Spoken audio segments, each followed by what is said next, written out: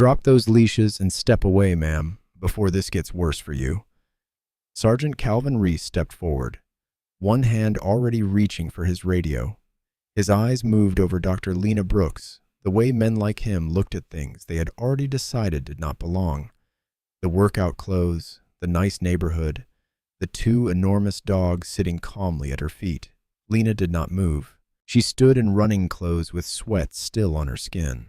Her hands tightened on two tactical leashes attached to two very still and focused German shepherds.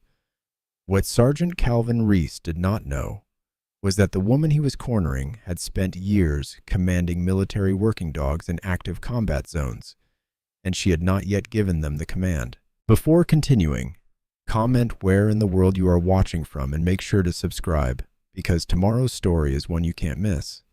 The bowls were Eli Brooks's job. He had made that very clear when they first moved in. The young boy had walked up to his mother, looked her dead in the eye, and said, "I want to feed them every morning. That's my job." Lena had said yes without thinking twice. So, on a quiet Saturday morning, Eli Brooks padded down the hallway in his socks, picked up the two metal bowls from beside the back door, and carried them carefully to the front porch. Zeus and Aries were already there, sitting straight and still in the early light, like they had been waiting for hours.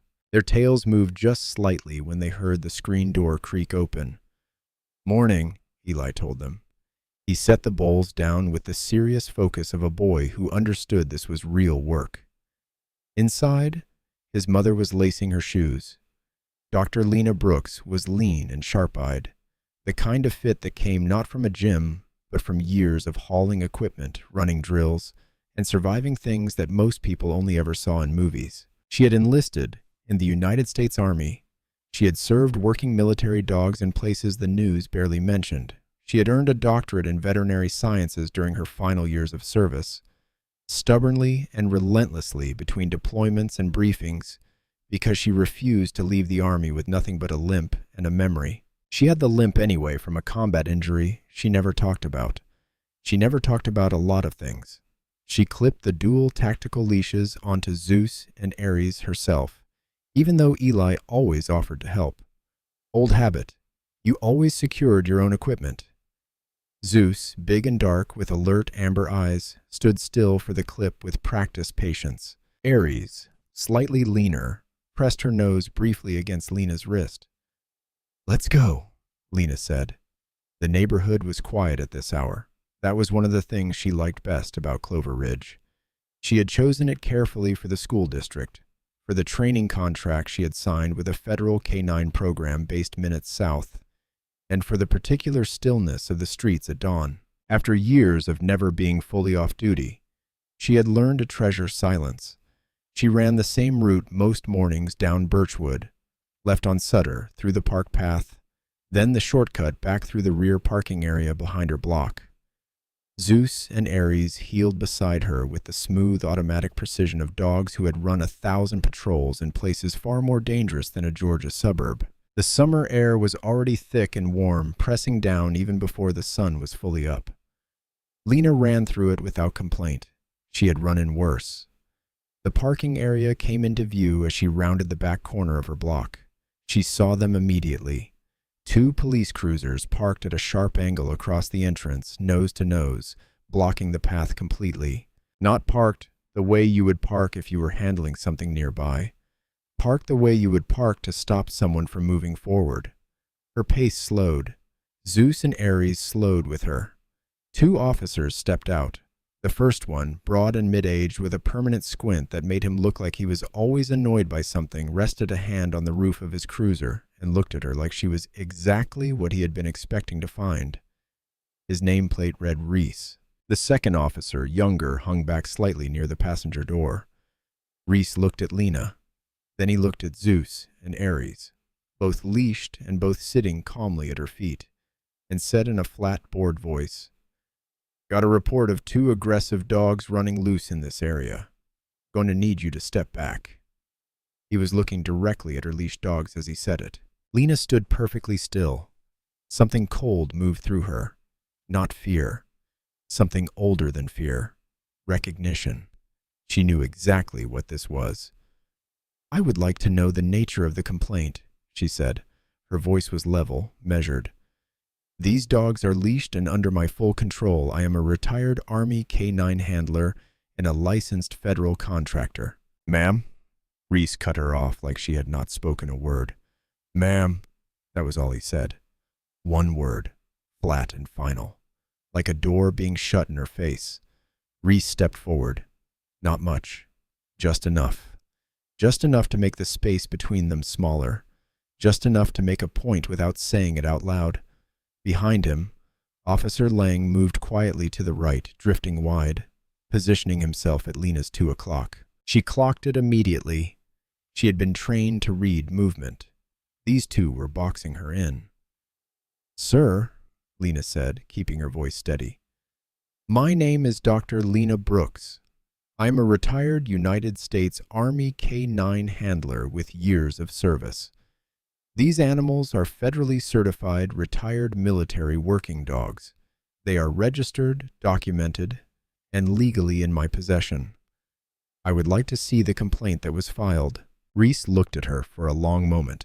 Then he smiled. It was not a kind smile. "Drop the leashes," he said. "Step away from the animals." "I will not be dropping the leashes," Lena said. "I am not asking." "Neither am I." Something shifted in his face. The smile disappeared. He took another step forward, and now the geometry of the situation was fully clear. Chain link fence directly at her back. The front bumper of his cruiser to her left. Reese in front of her. Lang circling right. 4 walls. No exit. She was a veteran who had been in tighter spots than this. She stayed still and she kept her breathing even. And she ran the options the way the Army had taught her. Fast, cold, without panic. "These dogs are a public safety threat," Reese said. He pulled his radio off his belt.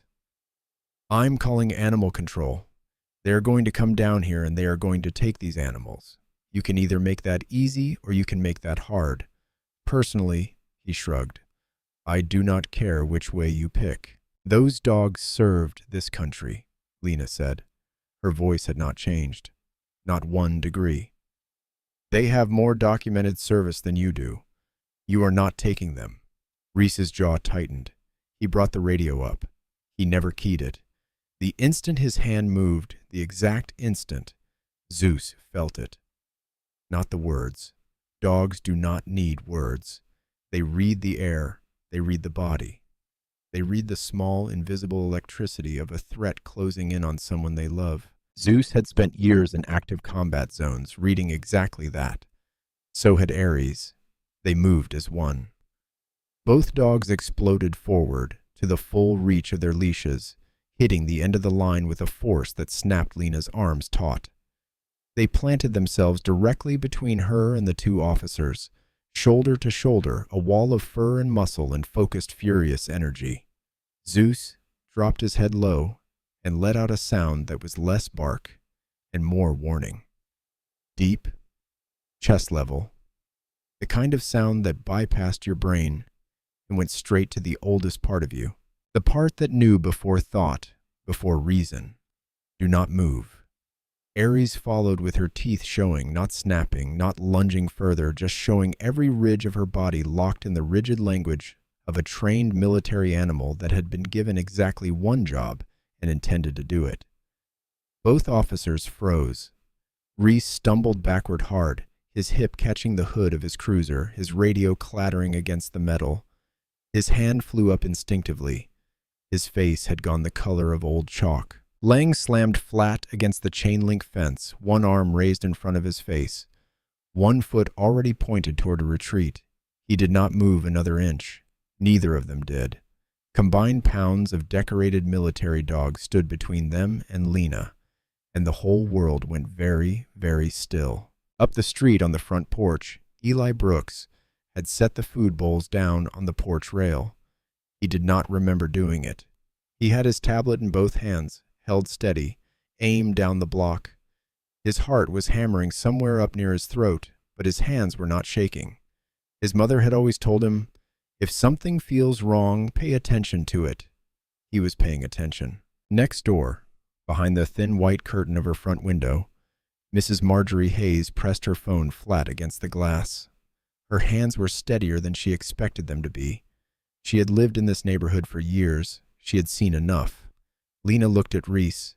He was breathing hard, his back against his own cruiser, not meeting her eyes. She gave the command. Quiet, precise. Zeus, Aries, down. Both dogs came back to her sides instantly, sat, and went still, ears up, eyes forward, watching. The silence stretched out like a held breath. Reese was still pressed against his cruiser hood. His hand, the one that had reached for the radio, hung at his side like he had forgotten it was there. He was staring at Zeus and Aries, who were sitting calmly at Lena's feet now, watching him with steady, patient eyes. Lena let the silence sit for one more second. Then she said evenly, I can provide documentation of their federal military certification right now, Sergeant. Both dogs' full records. Would you like to see them? Reese said nothing. His jaw moved. Nothing came out. I did not think so, Lena said. She held his gaze for 3 full seconds, long enough for it to mean something, then clipped both leashes short and stepped around the front of his cruiser without rushing. She walked the way soldiers walk when they want you to know they are not running. Straight spine, even pace. She did not look back. Behind her, she heard Reese find his voice again. You have not heard the last of this, he called out. His tone had gone hard and flat, the way men sound when they are embarrassed and trying to cover it with threat. That is a promise. Lena did not stop walking. She made it all the way to her front door before her hands started shaking. Not on the street, not in front of him. She had given him nothing out there, not one visible crack, and she was not about to give it to herself until she was inside her own house with the door closed behind her. She had learned that in the army, too. Where you let it out matters just as much as whether you let it out at all. She sat down at the kitchen table. Zeus pressed himself against her leg and rested his big head in her lap, the way he always did when something was wrong. He had been doing it since Kandahar. She put her hand on the back of his neck and breathed. Her phone was already in her other hand. Attorney Julian Cross picked up on the second ring. It is Lena. She gave him the facts in order the way she would have written an incident report. Location, names, sequence of events, exact words spoken, no editorializing, no emotion in her voice. Julian listened without interrupting, which was one of the many reasons she trusted him. When she finished, he was quiet for a moment. Then, tell me the footage situation. My son recorded from the porch. My neighbor recorded from her front window. Lena, a pause. Do not post anything yet, but get copies of both recordings secured right now. Different devices, different locations. Do it before anything else. She was already standing up. Eli was still on the porch when she opened the front door. He was sitting on the top step with his tablet in his lap, Zeus and Aries flanking him automatically like they had always belonged there. He looked up at her with the careful expression of a boy who knew something serious had happened and was waiting to be told how serious. You recorded everything? Lena asked. He held up the tablet. The whole thing? She looked at him for a moment. This boy, his father's eyes, her own jaw, and felt something move through her chest that she did not have a word for. Good, she said. You did good, baby. Come inside. She called Mrs. Marjorie Hayes after she uploaded both recordings to the shared drive Julian had set up. Mrs. Marjorie Hayes answered immediately, told Lena her footage was clear and steady, and that she had already saved it in 3 places because she had seen enough news stories to know things disappeared. Lena thanked her. She meant it. Julian handled the rest. By later that day, the video was public. It had been shared widely. By evening, it was on local news stations. The headline on one of them read, Army Vets Military Dogs Stand Down Officers in Clover Ridge. Eli sat on the living room couch watching the share count climb on the tablet, Zeus warm and heavy against his side. He did not fully understand what the numbers meant in terms of scale. Not really. He understood that people were watching, that those people were angry on his mother's behalf, that people were on their side. That felt enormous enough. Lena stood in the kitchen doorway watching him. Her hands had stopped shaking. Her phone buzzed. Julian texting, "Turn on Channel 7. She turned it on just in time to see Chief Denise Richards, standing behind a podium in a pressed uniform, reading from a prepared statement in a careful, neutral voice. The incident was under review. The department took all such matters seriously. Sergeant Calvin Reese had been placed on paid administrative leave pending the outcome of that review. Lena turned the television off. She stood in the quiet of her kitchen and allowed herself one long, slow breath. Maybe it is over, she thought. Maybe it was that simple. She almost believed it. Sunday morning arrived quietly. Lena was up before dawn, the way she always was, old habit from years of reveille that no amount of civilian life had managed to break. She made coffee, let Zeus and Aries out into the backyard, and sat at the kitchen table with her phone face down in front of her. She turned it over. Unread messages, missed calls, a voicemail from Julian Cross, asking her to call before speaking to any press, interview requests from local news stations, one from a national outlet she recognized. She put the phone down and drank her coffee first. Julian answered on the first ring. "Do not talk to anybody," he said before she could speak. "Not the local stations, not the national request. Nobody. I am releasing a statement this morning on your behalf. Short, factual, nothing inflammatory. You do not need to say a word right now. The video is saying everything." "How many shares?" she asked. "It is still climbing." Lena was quiet for a moment. She looked out the kitchen window at Zeus and Aries moving through the backyard in the early light, unhurried, following their own private patrol route along the fence line. "All right," she said. "No press." "No press," Julian confirmed. "Let them look at that video and draw their own conclusions. That is more powerful than anything you could say." He was right. She knew he was right. She said goodbye and set the phone down and went to make Eli breakfast. The messages kept coming all day. Most of them were from strangers, people who had seen the video, people who were angry, people who wanted to tell her she was brave or strong or inspiring. She read some of them. She was grateful for them. But the ones that stopped her cold were different. They were from people who lived in Clover Ridge, black homeowners, black parents, people who had been in this neighborhood for years and had names and dates and specific memories attached to Sergeant Calvin Reese. "He did the same thing to my husband on a Tuesday morning last October. He followed my daughter home from the grocery store 3 times before I filed a complaint that went nowhere. We stopped walking our dog past a certain corner because of that man." Lena read each one carefully. She did not respond yet. She opened a blank document on her laptop and began copying them in, organized by date with names and contact information attached. Years in the military had taught her that information without organization was just noise. She was not going to let this be noise. Eli appeared at her elbow at some point, looked at the screen, and said, "That is a lot of people." "Yes," Lena said. "It is." He pulled a chair up beside her without asking and started reading over her shoulder. After a while, he said very quietly, "He did this to all of them." "Looks that way." Eli did not say anything else. He just kept reading. And something in his face, something in the set of his jaw that looked so much like Garrett, made her chest tighten. Told her he understood more than she had given him credit for. She cooked dinner that evening. Nothing complicated. Rice, chicken, the green beans Eli claimed to hate but always finished. She turned the television off and kept it off. No news cycle, no share counts, no comment sections. Just the two of them at the table with the window open and the warm evening air moving through the curtains. And Zeus and Aries settled on the kitchen floor in their usual spots. Lena watched her son eat and thought about Garrett, about what he would say if he were sitting in that empty chair right now. She could hear his voice so clearly.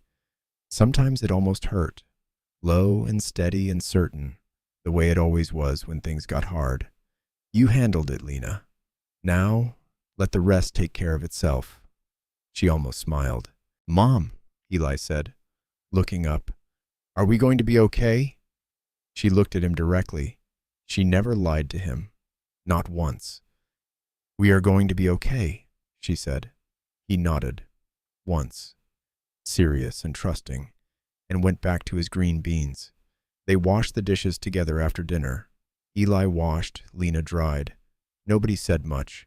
The kitchen was warm and ordinary and safe, and Lena held on to that feeling with both hands. Her phone buzzed on the counter Monday morning. Julian Cross calling, not texting. She looked at the screen. She knew that number. She knew the difference between a checking call and a brace yourself call. She picked it up. Julian did not waste time. Reese is suing you, he said. Filed this morning. I am looking at the paperwork right now. Lena sat down slowly at the kitchen table. The coffee in front of her had gone cold. She did not notice. Tell me everything, she said. Civil suit. His claim is that your dogs created an unlawful, threatening situation and caused him emotional and physical distress. He is calling it menacing by use of dangerous animals. Julian paused. He is asking for damages. The kitchen was very quiet. And the dogs? She asked. She already knew. Something in his voice had told her before he had said a single word. He is requesting permanent seizure. Another pause, shorter this time. And euthanization of both animals. Lena put her hand flat on the table. She pressed it down hard against the wood and breathed through her nose and did not say anything for 5 full seconds. Who is behind it? She said. Councilman Victor Lang. He has retained a top civil litigator for Reese. No cost to Reese personally. And Lena, there is more. Lang has been working the city attorney's office. There is a motion being fast-tracked to impound Zeus and Aries pending trial. If a judge grants it, we have days. She closed her eyes just for a moment. Then she opened them. Fight every single motion, she said. All of them, whatever it takes. Already on it, Julian said. But I need you to stay off social media. Stay away from the press and let me work. Can you do that? Yes. I will call you this afternoon. She sat at the table for a long time after she hung up. The house was still. Eli was upstairs. The dogs were in the backyard. She could hear the ordinary sounds of a morning, and they felt strange and far away, like sounds coming through a wall. Her dogs. Everything she had rebuilt. She got up, washed her coffee mug, and dried it carefully and put it back in the cabinet. Then she went upstairs and knocked on Eli's door. He was lying on his bed reading a book. Zeus curled enormous and unbothered at his feet. He looked up when she came in and must have read something in her face because he sat up immediately and put the book down. Lena sat on the edge of the bed. She had always believed in telling him the truth. Not every detail, not always. He was a boy and some things were hers to carry, but the shape of the truth, the honest shape of it. The officer from yesterday, she said. He is trying to use the law to punish me for not backing down. He is filing papers that say Zeus and Aries are dangerous, that they should be taken away. Eli went very still. Can he do that? He asked. He is trying to, Lena said. There are people helping him do it. Powerful people who think that if they push hard enough, I will quit. Will you? She looked at her son, his father's eyes, her own jaw. No, she said. He thought about that for a moment. Then, are Zeus and Aries going to be okay? I have a very good attorney, Lena said carefully, and we are going to fight this with everything we have. It was not a yes. He was smart enough to hear that. But he was also a boy, and he trusted her the way children trust the one person who has never once let them down. And so he nodded slowly and reached down to rest his hand on Zeus's back. Zeus did not move. He just exhaled, long and slow, like he was agreeing with all of it. That afternoon, Lena sat back down at her kitchen table with her laptop open. She pulled up the messages she had been collecting from Clover Ridge residents, testimonies, names. She thought about what Julian had said, Let me work. She thought about what Garrett used to say. You cannot fight a battle you do not fully understand. She thought about Reese's voice in that parking lot. Flat, dismissive, certain that she would shrink. Then she opened a new document and began writing down every single detail she remembered from the morning of the confrontation. Location, exact words, exact movements, in the precise, orderly way the Army had taught her to document an incident. If they wanted a fight, she was going to be ready for one. In the backyard, Eli's voice floated through the window, talking to Aries in the easy, unself-conscious way kids talk to animals, telling her everything was going to be fine. Lena kept writing. Tuesday morning came in hard and bright. Lena was already dressed when Julian called. She had been up since before dawn, sitting with her legal pad and her coffee, running through everything she knew the way she used to run through mission briefings, looking for the weak points, the angles, the things that could go wrong. There were a lot of things that could go wrong. I filed the emergency motions this morning, Julian said. We are asking the city court to block the impoundment entirely. The judge is Philip Owens. The hearing is set for this afternoon. Owens, she repeated. She did not know the name. He has been on the city bench for years, Julian said, and something careful in his voice told her the rest before he said it. He and Lang go back a long way. Lena was quiet for a moment. What are the odds? She asked. Julian did not answer immediately. That was the answer enough. Do it anyway, she said. Judge Owens denied the emergency stay without granting a hearing. Julian called. His voice was controlled and professional, the way it got when he was managing his own reaction on top of delivering bad news. No hearing, no oral argument. He reviewed the written motion and denied it. The impoundment order stands. Lena, we have days. She wrote it on the top of her legal pad and circled it twice. What is next? She said. Appellate court, state level. I am already drafting the filing. It is a stronger argument at that level. Federal certification, federal protections. We have a better shot, but it takes time. We do not have a lot of it. Then do not waste any more of it on this call, she said. Go. She heard him almost laugh. Brief, tight, grateful for the clarity. Then he hung up. Lena sat with the circled words on her legal pad. She tore the page off, folded it, and put it in her pocket. She did not need to look at it again. She already knew. By Wednesday morning, people were standing outside the Clover Ridge Municipal Building. Lena had not organized it. She had not asked for it. Someone in the neighborhood had put the word out overnight, and people had simply shown up with handwritten signs, with coffee and paper cups, with the particular energy of people who had been waiting for a reason to say something out loud. She drove past on her way to meet Julian. She did not stop. She saw Mrs. Marjorie Hayes near the front of the crowd in a yellow cardigan, standing straight and unbothered in the morning heat, and felt something warm move through her chest. That evening, Councilman Victor Lang appeared on the news. He was polished. That was the first thing you noticed. Silver-haired, well-dressed, the kind of man who had been performing reasonably well his entire career and had gotten very good at it. He sat across from the anchor and folded his hands on the desk and spoke in a low, measured voice that was specifically designed to sound like the only calm person in the room. This is not about race, he said. This is about public safety. 2 trained attack animals were used to intimidate sworn officers of the law. I do not care what your background is. I do not care what your service record says. No one in this city is above the law. No one. He looked directly into the camera when he said it. Lena watched from her kitchen. She noticed the way he said background and service record. Just enough acknowledgement to seem fair, just enough distance to seem neutral. She had heard that kind of language before. It was built for people who wanted permission to look away. It gave them the language to do it. Her phone started buzzing minutes after the segment aired. Some of the messages were supportive, some were not. People who had been vocal defenders of Lena in the comments section of the original video had gone quiet. She put the phone face down and turned to look at Eli, who was doing homework at the kitchen table and had not seen the broadcast. Good, she thought.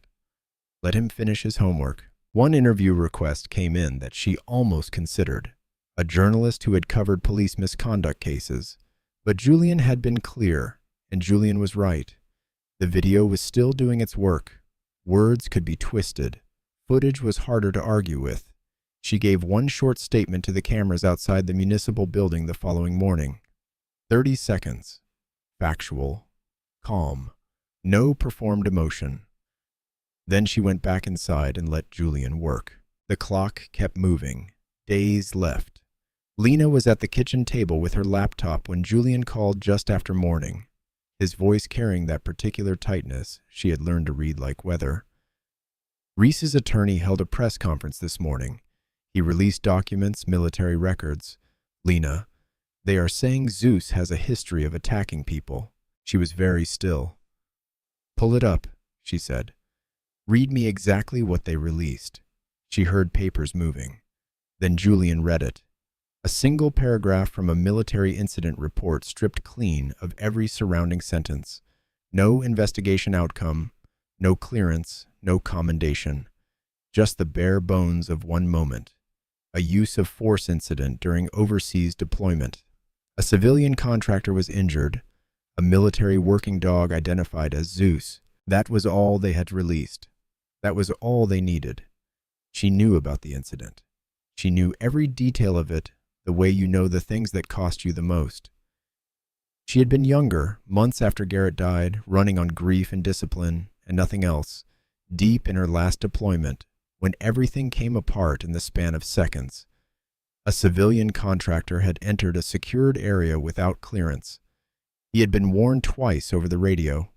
He had ignored both warnings and kept moving toward a position where 2 soldiers were pinned down and exposed. Zeus had done exactly what he was trained to do, exactly what he was supposed to do, and the man had been injured before the situation was brought under control. The investigation had taken weeks. She had been fully cleared. She had been commended for her restraint and her handling of an impossible situation under extreme conditions. None of that was in what Reese's attorney released. The local paper ran it by later that day. Viral hero dog has history of injuring civilians, records show. Lena read the headline once. She closed the tab and did not open it again, but she felt it. The way you feel a shift in the air before a storm. People who had been posting in her defense since the video went viral went suddenly, completely quiet. The comment sections changed tone. Not everywhere, not even most places, but enough. Lang's press conference the night before had handed people a reason to hesitate, and now this handed them a reason to step back entirely. That was how it worked. You did not need to convince everyone. You just needed to introduce enough doubt to shrink the room. Julian was still talking about responses, about counterfilings, about the full record being submitted as evidence. And she was listening to all of it, and tracking all of it, and doing the thing the Army had taught her, which was to process the damage clearly and without panic, and then decide what to do next. She did not hear Eli come downstairs. He appeared in the kitchen doorway in his pajamas, hair pressed flat on one side from sleep, and he stood there listening with the particular stillness of a child who had learned early that quiet was sometimes safer than questions. She wrapped up the call and put the phone down. Eli looked at her. Is it bad? It is a problem, she said. I am working on it. He came and sat at the table across from her. He was quiet for a moment, turning something over. Then, Mom, what is a dangerous animal? She looked at him. I heard you say it on the phone yesterday, he said. They are calling Zeus a dangerous animal. She closed the laptop. She folded her hands on the table. She thought about how much to say, and then she thought about Garrett, who had believed that children deserved the truth in proportion to their ability to hold it, and that underestimating them was its own kind of harm. Something happened a long time ago, she said, when Zeus and I were still deployed. I was overseas. There was a man who went somewhere he was not supposed to go, and Zeus did his job, and the man got hurt. It was investigated completely. I was cleared. Zeus was cleared.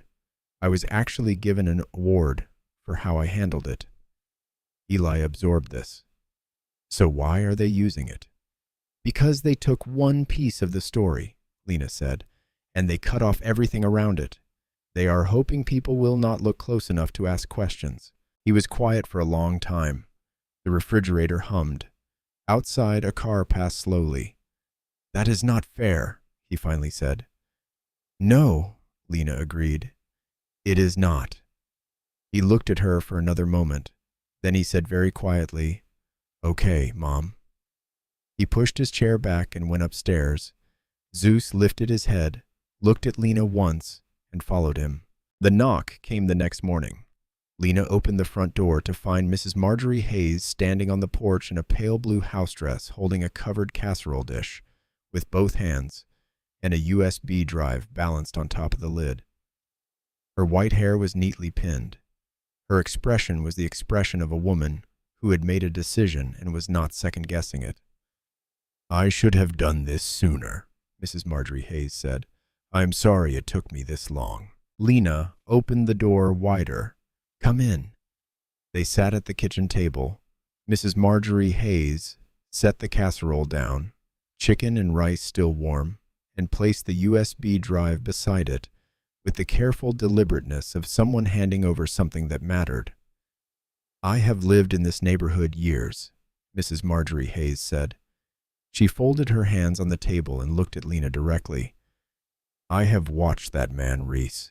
I have watched him work this neighborhood for a long time, and I have seen things I did not know what to do with. What kind of things? Lena asked. Twice, Mrs. Marjorie Hayes said. 2 separate times on our street, 2 different families.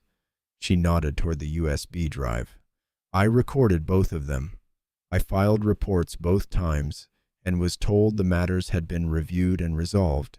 They were not resolved. Nothing happened. She paused. I kept the recordings because I did not know what else to do with them. I know what to do with them now. Lena picked up the drive.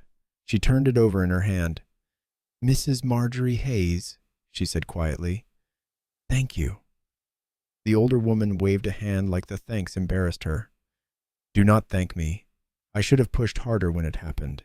You do what you can with what you know at the time. She stood and smoothed her house dress.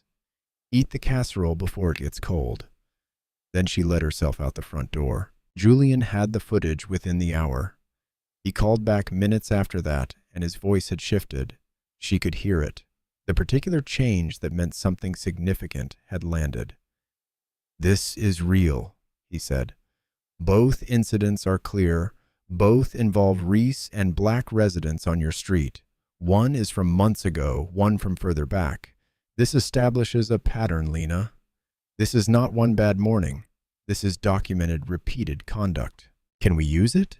Absolutely. But I want to bring someone else in. There is an attorney, Lila Quinn, civil rights. She has won major cases against police departments in Georgia and Alabama. She is exactly what this case needs right now. I want to call her today. Call her, Lena said. Lila Quinn called back within the hour and joined the case before the afternoon was out. Lila was sharp and direct and moved fast. By the end of her first day on the case, she had filed a discovery motion requesting all records related to the original complaint, the call about aggressive dogs that had sent Reese to that parking lot on Saturday morning. Julian had called it a long shot. The judge apparently disagreed. The records arrived the following morning. Lena was sitting at the kitchen table with Eli. He was eating breakfast. She was on her second coffee when her phone rang. It was Lila. The complaint was called in from an unregistered number, Lila said without preamble. We cannot trace it directly, but here is what matters. The call was made minutes before you left the house. Lena set her coffee mug down slowly. I left the house at my usual time. She said. That is right. Whoever made that call knew your routine. They knew what time you left, which route you took, and where to send Reese to intercept you. This was not a response to a complaint about dogs. This was a setup. The kitchen was absolutely still. Eli was watching her face the way he always did when something important was happening, quietly, carefully, not asking yet. Someone planned this, Lena said. Someone planned this, Lila confirmed, which means we are not dealing with one officer who had a bad morning and made a bad call. We are dealing with something that was organized deliberately in advance and aimed specifically at you. A pause. This case just got bigger, and we need to figure out who made that call and why.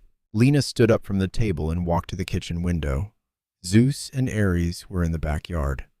The morning was already hot and bright and completely ordinary looking. She watched her dogs and thought about the word organized. She thought about who had the resources to organize something like this. She thought about Councilman Victor Lang on that television screen. Silver-haired, polished, hands folded on the desk, and the way he had looked directly into the camera when he said, "No one is above the law. Find out why," she told Lila. One day left. Lena woke without an alarm. She lay in the dark for exactly seconds, staring at the ceiling, then got up. She made coffee.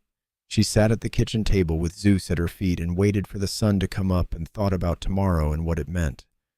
Tomorrow, without intervention, two men she had never wronged would come to her door and take her dogs. She did not let herself stay in that thought for long. Staying in it was not useful. What was useful was Lila, who had been awake since before Lena, and had filed the emergency injunction at the state appellate level at dawn sharp. Lena had read the filing twice before she put it down. It was the cleanest legal argument she had ever seen. Direct, precise, no wasted words. The kind of document that had been built by someone who knew exactly which door she was trying to open and had cut the key specifically for that lock. The argument was simple and it was airtight. Zeus and Aries were federally certified retired military working animals. Their classification under federal law superseded any local animal control ordinance. The city of Clover Ridge had never possessed the legal authority to seek their impoundment. The original motion was not just wrong, it was legally void from the moment it was filed. The appellate judge had the filing minutes later. Now, they waited. The day moved the way days do when everything depends on something you cannot control. Slowly, heavily. Every hour feels longer than the one before it. Eli went to a friend's house in the morning, which Lena had arranged deliberately. She did not want him in the house if the news came back wrong. She wanted him somewhere ordinary and safe with a friend who had a trampoline and a dog of his own. Somewhere he could just be a boy for a few hours without the weight of it. Julian called with nothing new. Lila called too with the same. The appellate court was reviewing. That was all anyone could say. Lena cleaned the house. She folded laundry. She took Zeus and Aries on a slow walk through the neighborhood. Not her usual run, just a walk. The three of them moving through the afternoon heat at an easy pace. Neighbors she barely knew waved from their porches. One woman she had only spoken to twice came down her front steps and touched Lena's arm and said simply, "We are pulling for you." Lena thanked her and kept walking. Lila called. "The injunction is granted." 3 words. Lena stopped walking.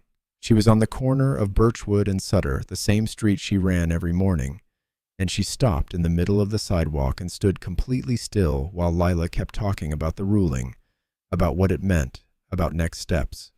And she heard all of it and absorbed all of it, and said the right things at the right times. Then she hung up and looked down at Zeus and Aries. They looked back at her, patient, steady, completely unbothered, the way they always were, the way they had always been through deployments and funerals and cross-country moves and parking lots and courtrooms. Always just there. Always just waiting for her to tell them which direction they were going next. Her throat tightened. "It is okay," she told them. Her voice came out rough. "We are okay." She sat down right there on the curb, a veteran sitting on a curb in the middle of a Tuesday afternoon, and put her face in her hands and cried. Not the quiet kind, the real kind that comes from somewhere deep and has been waiting a long time for permission. Zeus pressed his whole body against her side. Aries put her head in her lap. She let it out. All of it. Every day of the past week. sitting on that curb with her dogs around her. Then she wiped her face, stood up, and called Eli.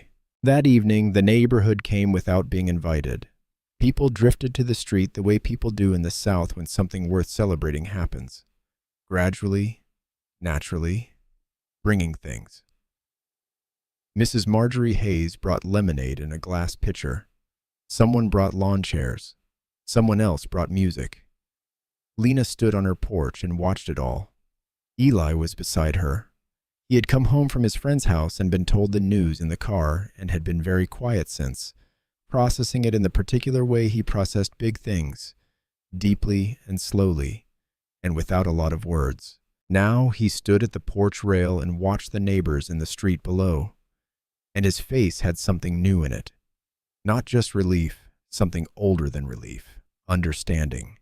He was beginning to see, really see what his mother was made of. She noticed him noticing. She put her arm around his shoulders. They stood there together in the warm evening, and for the first time in days, the world felt like it might be all right. 2 days of peace. That was all she got. 2 days of breathing normally, of Eli sleeping without worry on his face, of Zeus and Aries moving through the house with their usual unbothered calm. 2 days of feeling like the worst of it was behind them. Thursday morning ended that. Lena heard it on the radio first. She was in the kitchen making breakfast when the local news anchor's voice cut through the morning noise with the particular tone that meant something official had happened. Clover Ridge Police Chief Denise Richards announced this morning that following the completion of the department's internal review, she is recommending the full reinstatement of Sergeant Calvin Reese. Chief Richards stated that the review found insufficient grounds for continued administrative action, and that Sergeant Calvin Reese is expected to return to active duty within the week. Lena turned the radio off. She stood at the counter for a long moment, both hands flat on the surface, looking at the wall. Then she cracked 2 eggs into the pan and finished making breakfast. Julian called. She had already eaten, already cleaned up, already walked the dogs. She had given herself those things before letting the day get worse because her instincts told her the day was going to get worse. Her instincts were right. There is a rider attached to the Anderson Municipal Safety Bill, Julian said. His voice was careful and tight. It was added quietly. No public announcement, no debate. If it passes, retired military dogs in Clover Ridge get reclassified as Class 2 dangerous animals retroactively. Lena understood immediately. That voids the injunction. The federal protection becomes irrelevant under the new local classification. Everything Lila argued, everything the appellate judge granted, gone. They could come back for Zeus and Aries the same day it passes. When is the vote? Days. She wrote it on her legal pad, circled it. Beneath the circle, she wrote one word. Lang. There is something else, boss, Julian said. She waited. A formal criminal complaint has been filed against you. Obstruction of a police investigation. The parking lot incident. The kitchen was absolutely silent. Lena, I heard you, she said. If it goes to prosecution and you are convicted, even a misdemeanor, your federal K-9 contractor license is automatically revoked. Your contract, your income, everything you have built since leaving the Army. She looked out the kitchen window. Eli was in the backyard throwing a tennis ball for Aries, still in his pajamas, laughing at something she was doing with her ears. Zeus was watching from the shade like a retired general observing drills. We fight all of it, she said. Yes, Julian said. We do. I'm calling Lila right now. She hung up. She stayed at the window for a while. She watched her son laugh. Then she went and sat at the kitchen table and opened her legal pad and began writing everything down. 3 blows in one morning. Reese back in uniform. A legislative move to undo the one legal victory they had won. And now her career. The thing she had rebuilt from nothing. The thing that kept the lights on and put food on the table and gave her son stability after everything else had been taken. Sitting on a blade's edge, she wrote until the legal pad was half full. Then she stopped and sat with it. The house filled up around her slowly. Eli coming in from the backyard, making himself cereal, settling at the other end of the table with his homework spread out. He had learned in the particular way that children learn the things that matter, when to talk and when to simply be present. He opened his notebook and started working without saying a word. They sat like that for a long time. The afternoon light shifted. The dogs settled on the floor between them. Lena stared at the legal papers. She was not reading them anymore. She was somewhere past reading. Somewhere in the place where everything feels simultaneously too large to hold and too important to put down. Then Eli's voice came quiet and certain, without looking up from his notebook. "Mom." She looked at him. "You always win," he said simply. "So just keep going." A boy. No drama, no performance, just the uncomplicated certainty of a child who had watched his mother hold the whole world together and had never once seen her fail. She looked at her son for a long moment. She put her hand over his on the table. He turned back to his homework. That night, the house went quiet early. Eli in bed, dogs at the foot of his door, legal papers spread across the kitchen table in careful, organized rows. Lena sat at the center of it all and stared at the wall and did not sleep. The clock on the microwave said early morning. The rest of the house was dark and still. Eli was asleep. The dogs were stretched out on the kitchen floor, Aries on her side, Zeus with his chin on his paws, both of them breathing in the slow, even rhythm of animals with no reason to worry. Lena sat at the kitchen table and did not sleep. The legal papers were still spread in front of her, the same careful rows she had organized the night before. She had read through all of them twice since midnight. She was not reading them now. She was thinking, stripping everything down the way the army had taught her to strip a problem down. Remove the noise, remove the emotion, remove everything that is not the actual shape of the thing, and look at what is left. What was left was this: 3 attacks in one day. Reese reinstated, the writer, the criminal complaint, each one designed to hit a different part of her life. The dogs, her career, her freedom. 3 different weapons, one hand holding all of them. She picked up her pen. She called Lila. Lila answered on the second ring, wide awake, which told Lena she was not the only one who had not slept. "I need to talk through everything," Lena said. "All of it from the beginning." "I have been waiting for you to call," Lila said. They talked. Lena laid out every piece in order. The stage complaint, Mrs. Marjorie Hayes' footage, the manufactured timeline, Lang's involvement in the lawsuit, the writer, the criminal charge. And Lila listened and asked sharp, precise questions. And by the end of it, they had the outline of 3 separate legal moves that needed to happen simultaneously. Julian picked up, groggy for exactly 1 sentence, then sharp. He confirmed everything Lila had said and added 2 more details she had not had yet. By early morning, both attorneys were on the same call, building the framework. Lena listened. She asked the questions that needed asking. She made notes. Then she said, "There is one more call I need to make." She had the number saved under a first name only. Gloria. Lieutenant Gloria Ramirez. County Internal Affairs Division. They had met months ago at a federal K-9 training symposium.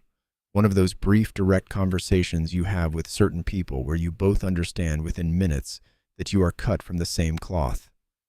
Gloria had handed her a card at the end of it and said quietly, "If you ever see something in Clover Ridge that needs to go somewhere safe, call me." Lena had held on to that card because she trusted her instincts about people. She had never called because she had not needed to. She needed to now. Gloria picked up. "I have been watching this case," Gloria said before Lena had finished her second sentence. "Tell me everything." So she did. Gloria was silent for a long time after Lena finished, not the silence of someone processing. The silence of someone who already had pieces of this puzzle and was now holding the ones that completed it. "I have been building a case on Reese for months," Gloria said finally. "I have documentation going back further. What I have been missing is a direct line to whoever has been protecting him from above." "Lang," Lena said. "I suspected, but suspicion is not enough. I need something direct, something financial. A pause. Is there anything that ties Lang to a personal benefit from what is happening to you specifically? Lena looked at her legal pad. She thought about the discovery records. She thought about the thing Lila had said days ago. This case is bigger than one bad officer. Let me call you back, she said. She called Lila back. The discovery motion, Lena said. The financial records we pulled from Lang's office. I need you to pull them again. All of them. Look for anything connected to private security firms, K-9 program contracts, anything related to what I do. Lila was quiet for exactly seconds. Give me an hour, she said. It took less. When Lila called back, her voice had a different quality. Tight and focused, the way voices get when something important has just been confirmed. Consulting fees, Lila said. Lang has been receiving regular payments from a private security firm called Summit Group. Summit has been actively lobbying the city to take over Clover Ridge's K-9 training program. Lena's hand tightened on the pen. Your contract, Lila said. If the military dog classifications change, the city's existing K-9 contract resets. Summit steps in. Lang gets paid. How much is the contract worth? Lena asked. The answer came back flat and clear. Millions over years. The kitchen was absolutely still. Lena set her pen down. Reese was the instrument. She had known that. She had felt it from the beginning. A man that arrogant, that reckless, doing something that organized did not add up unless someone was steering him. Lang was the architect. This was never about a parking lot. It was never about two dogs. It was never about a black woman who refused to back down. It was about money. It was always about money. Gloria Ramirez called the state attorney general's office. Lena did not hear that conversation. She was not supposed to. That was Gloria's lane, and Gloria knew how to drive it. What Lena heard was the call back later. Gloria's voice carrying the particular flatness of someone delivering facts that have already set things in motion. Formal inquiry is open, Gloria said. The AG's office issued a preservation order on Lang's financial records an hour ago. Everything gets frozen. No deletions, no transfers, no paper going anywhere. Lena wrote it on her legal pad. It also means, Gloria continued, that Lang knows. His attorney will know within the hour. Whatever moves he was planning to make, he is about to get a lot more careful. Good, Lena said. Let him be careful. Careful people make mistakes trying to cover things. Gloria made a sound that might have been a laugh. You think like a cop. I think like a soldier, Lena said. Same instinct, different uniform. She hung up and called Lila. Lila had been awake since before Lena's early call. By the time Lena reached her now, she was already drafting. Section 1983, Lila said without preamble. Federal Civil Rights Claim. Reese, Lang, in the city of Clover Ridge. We are not filing a complaint. We are filing a statement. We are going to lay out every single piece of this in federal court, and we are going to make it impossible to look away. What do we have to back it up? Mrs. Marjorie Hayes' footage of both prior incidents, the manufactured complaint timeline, the financial connection between Lang and Summit Group, and affidavits. Lila paused. I put out a call for witnesses this morning through Julian's office. Lena, we have signed statements already. Clover Ridge residents willing to go on record about Reese. 11. From the she had collected herself from the flood of messages after the video from people who had been sitting on their stories for years waiting for somewhere safe to put them. File it, Lena said, already writing the final draft. I will have it in by this afternoon. The obstruction charge fell apart before lunch. Julian called, and even over the phone she could hear the satisfaction he was trying to keep out of his voice. The county prosecutor reviewed the complaint this morning, he said. Declined to prosecute. She is not moving forward with it. Lena exhaled slowly. Why not? Because it was garbage, Julian said plainly. The submission was so thin, she called me personally to let me know she found it, and I'm quoting here, an embarrassment to the office. She is not someone who answers to Lang. She took one look at what they filed and wanted nothing to do with it. Lena wrote it down, drew a firm line through criminal complaint, 2 down. The rider was the last piece, and it fell the same afternoon. Lila had spent the morning on the phone with a federal Veterans Affairs advocate named Andrew Richards, who had been tracking the proposed legislation since it was quietly attached to the bill. By afternoon, he had issued a public statement through the VA's regional office that was direct and unambiguous. The proposed classification of retired military working animals as Class 2, dangerous animals in Clover Ridge, directly conflicted with federal protections afforded to decorated military animals, and any jurisdiction enacting such legislation would face immediate federal challenge. The statement landed like a stone in still water. By later that afternoon, the state legislator who had attached Lang's rider, a man named Bart Clifford, who represented a district counties over and had apparently agreed to attach the language without fully reading it, issued a 1-paragraph statement saying he was withdrawing the rider pending further legal review. He did not want the fight, Lila told Lena. The moment he understood what he had agreed to, he was gone. Lang picked the wrong ally for that one. The Anderson Municipal Safety Bill passed that afternoon without the rider. Lena sat at the kitchen table as each update came in. Julian calling, Lila calling. Gloria sent a single text that said only preservation order is holding. A G is moving fast. Each time she picked up her pen and drew a line through something on her legal pad. Criminal complaint, line through it.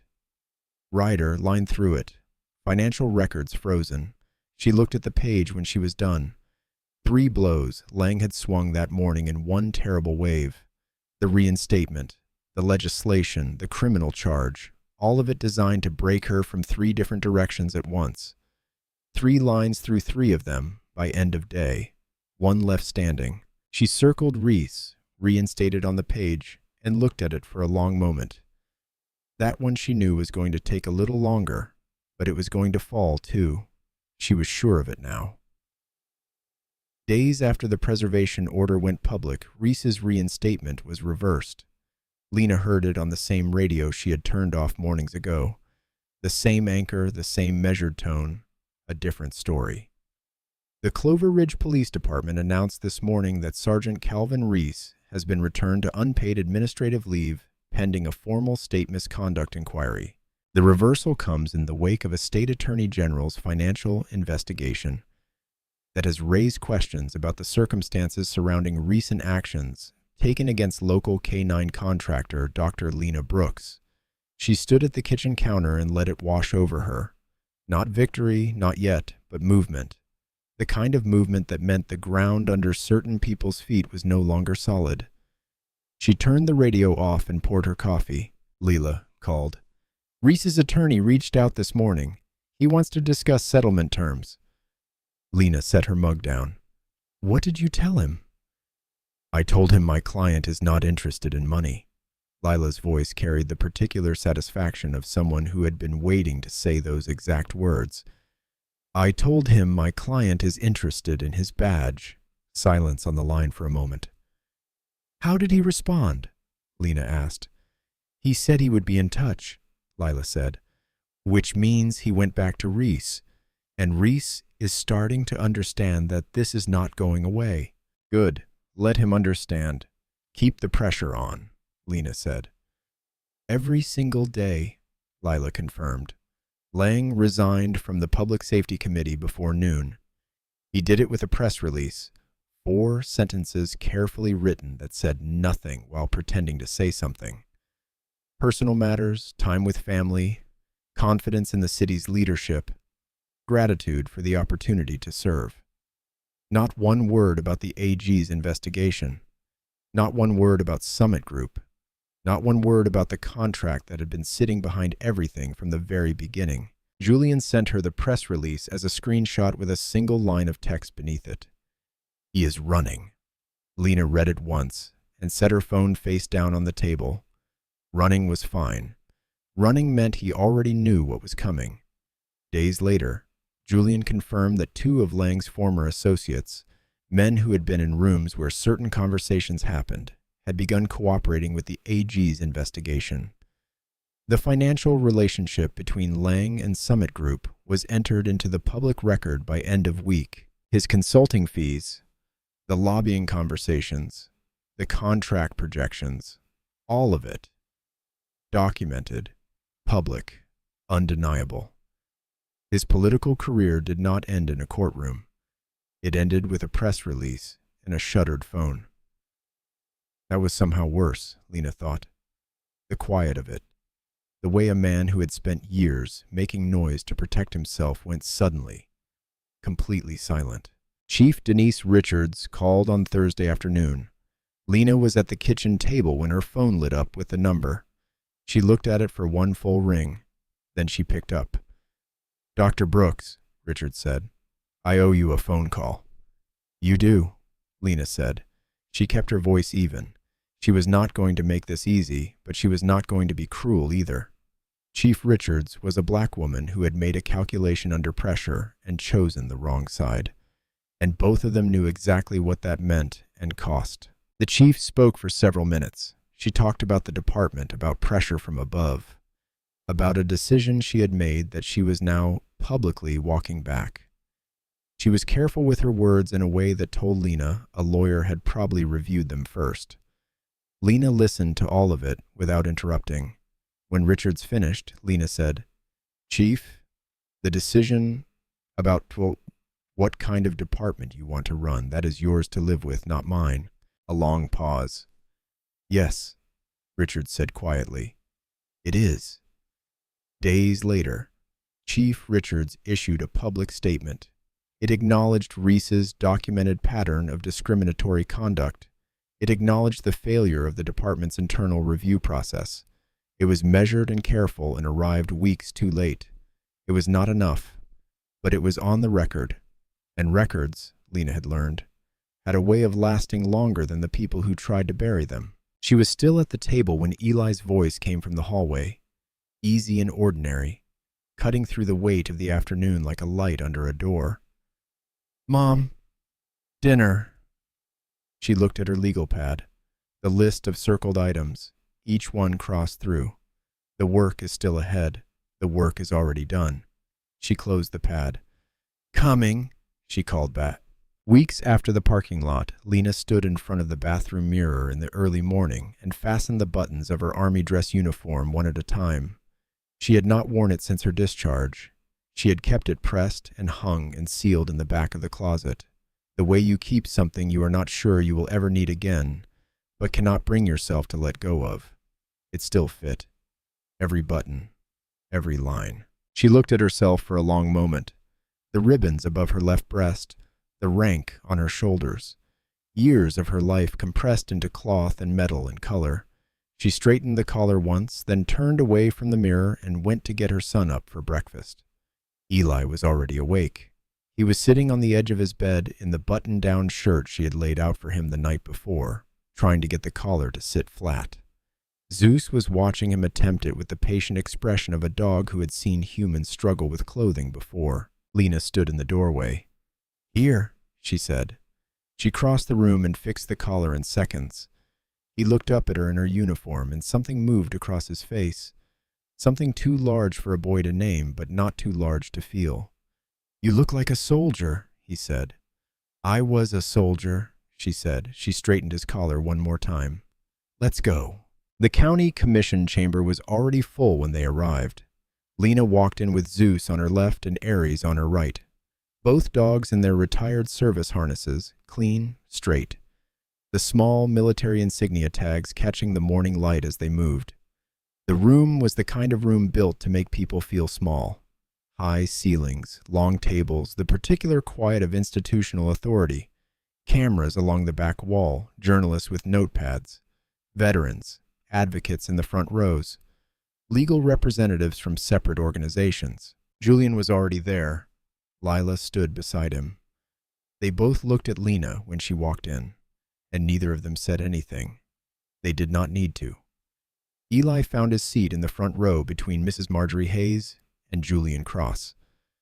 Mrs. Marjorie Hayes patted his hand once without making a production of it. He sat up straight and folded his hands in his lap the way Lena had taught him.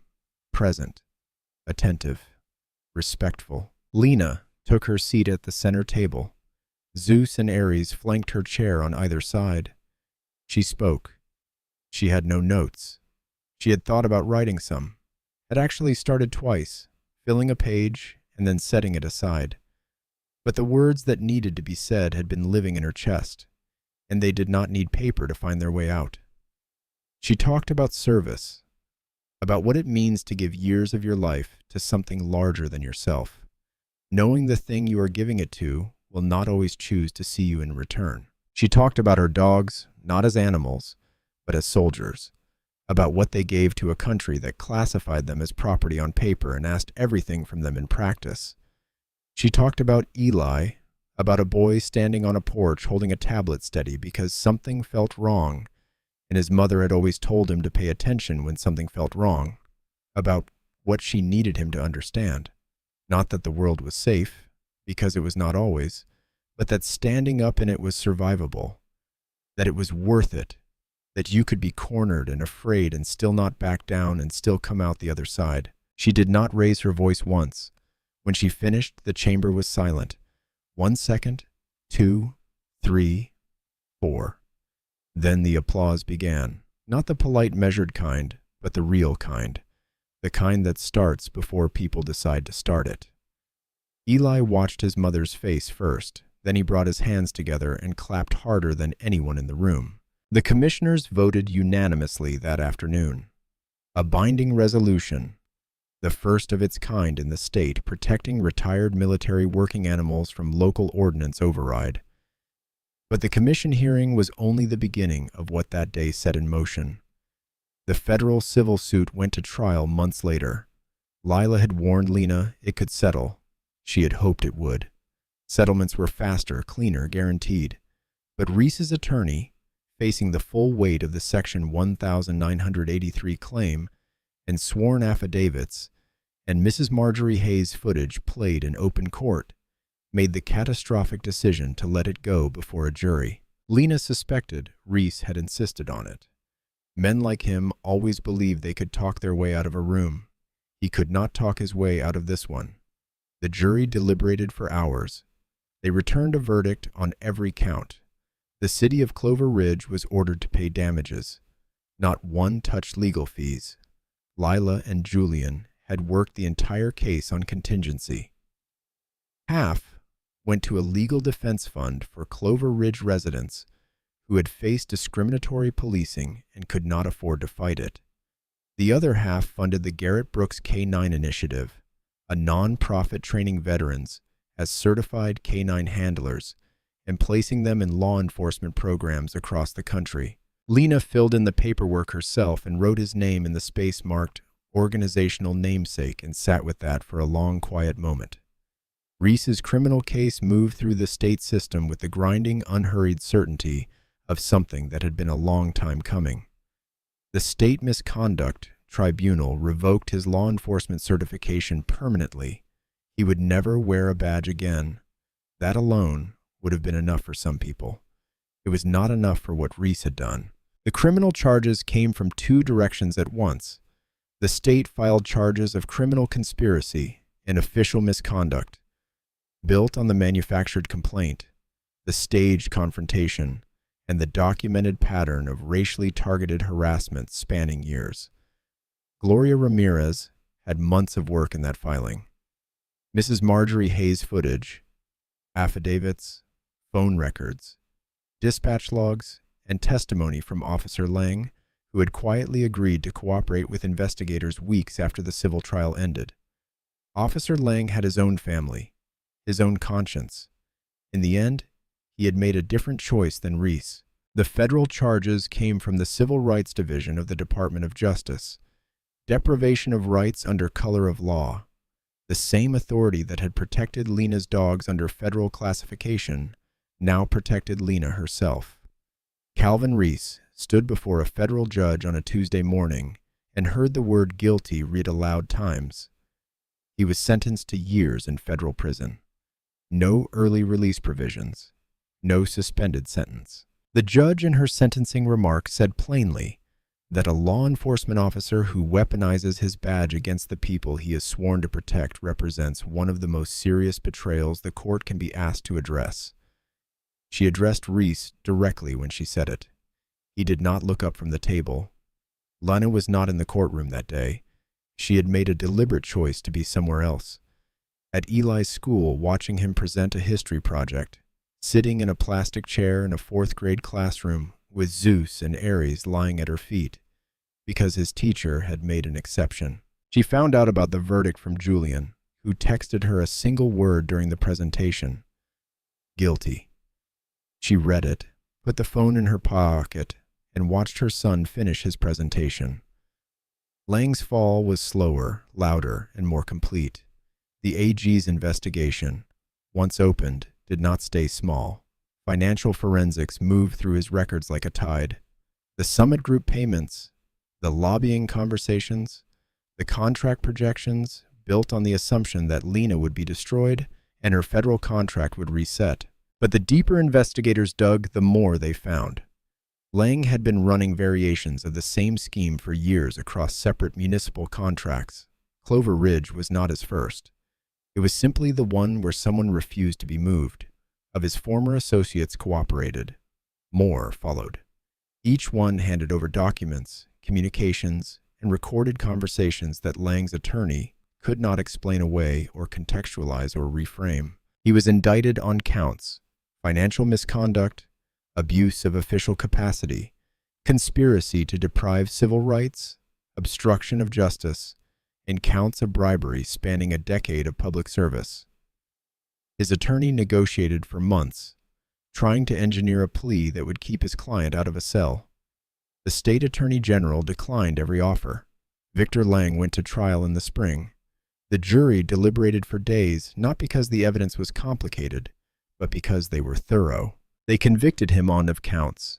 The judge sentenced him to years in state prison and a permanent bar from holding public office in the state of Georgia. The contract was voided.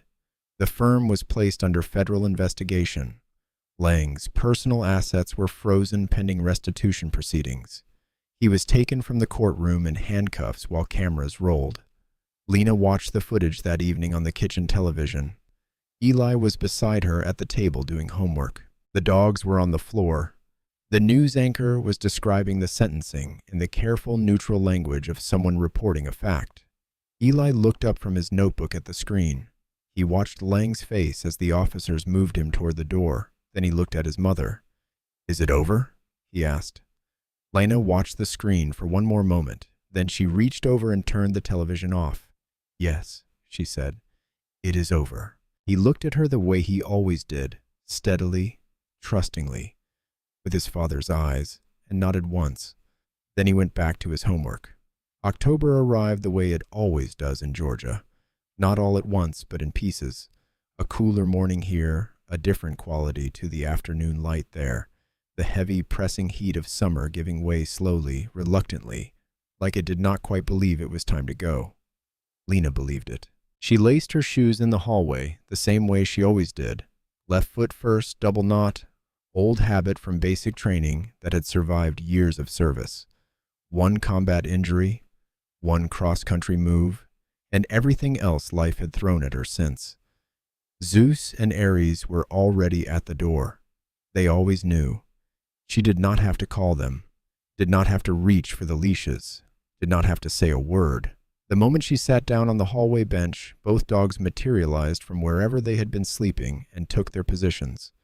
Zeus on the left, Aries on the right, with the calm, practiced readiness of animals who understood that this was their job and took it seriously. She clipped the leashes, checked them once. "Let's go," she said. The streets were quiet and cool and still half dark. The sky above the rooftops doing that particular thing it does in early October, shifting from deep blue to something lighter and softer at the edges. The first light coming in at an angle that made everything look like it had been freshly cleaned. Lena ran her usual route down Birchwood, left on Sutter, through the park path where the leaves were just beginning to think about turning, past the house with the yellow door that always had wind chimes going, and the corner store that was not open yet, but had its lights on inside, and the stretch of sidewalk where the old oak tree roots had buckled the concrete into a small ridge she had learned to step over without breaking stride. She knew these streets now, all of them, every crack, every slope, every place where the road dipped and caught rainwater. Months of the same route had made this neighborhood hers in the specific quiet way that regular movement through a place eventually does. Not ownership, but belonging. The simple, earned familiarity of someone who has shown up every day and kept showing up. Zeus ran easy beside her, his breathing steady, his big paws finding the ground with the unhurried confidence of a dog who has run 1,000 miles and has no interest in rushing the next one. Aries matched his pace on her right, tail carrying its usual slow sweep, ears forward, reading the morning air. The parking area came into view as she rounded the back corner of her block. She did not slow down before it. She had made a decision about that weeks ago, without quite naming it as a decision. Simply that she was going to run this route, the whole route, without adjusting her pace or her path for what had happened in that particular stretch of asphalt. But she did slow, just slightly when she reached it. She did not plan to.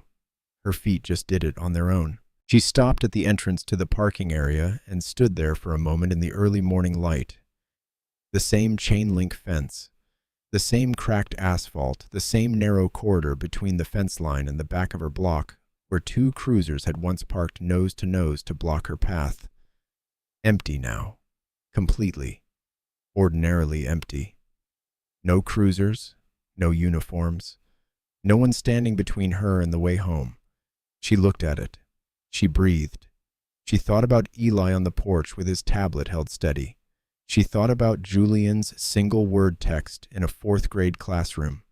She thought about a courtroom she had chosen not to sit in, and a verdict she had found out about from a plastic chair while her son talked about history. She thought about Garrett. You handled it, Lena. Now let the rest take care of itself. She exhaled. Then she ran through it. The kitchen light was on when she came through the back door. Eli was at the table in his pajamas, a bowl of cereal in front of him, his hair pressed flat on one side from sleep. He had clearly been awake for minutes. Zeus and Aries moved past her immediately and repositioned themselves at his feet with practiced precision, angling hopefully for anything that might fall from the bowl. He looked up when she came in. "Good run?" he asked. She was still catching her breath. She crossed the kitchen, pulled out the chair across from him, and sat down. The morning light came through the window above the sink and fell across the table in a long, warm rectangle, across the cereal bowl and the legal pad she had left there last night, and the photograph of Garrett she kept on the windowsill. His face caught mid-laugh in a moment so ordinary it hurt sometimes to look at. She looked at it now and did not look away. Then she looked at her son. "Good run," she said. Eli nodded, satisfied, and went back to his cereal. Zeus exhaled deeply at his feet. Aries did the same. The house was warm and quiet and full of everything she had fought for. She was exactly where she was supposed to be. If you enjoyed the story, leave a like to support my channel and subscribe so that you do not miss out on the next one. On the screen, I have picked 2 special stories just for you. Have a wonderful day.